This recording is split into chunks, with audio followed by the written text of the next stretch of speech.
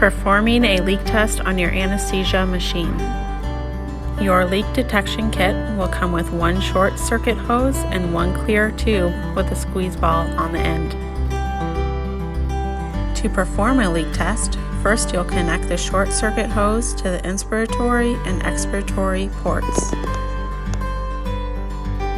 Next, you will attach the clear tube with a squeeze bulb to the bag port.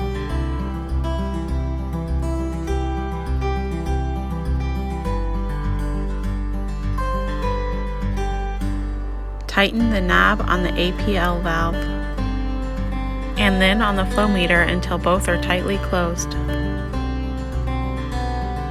Finally, make sure the valve on the bulb is tightly closed. Pump the bulb once or twice and watch the needle on the H2O gauge.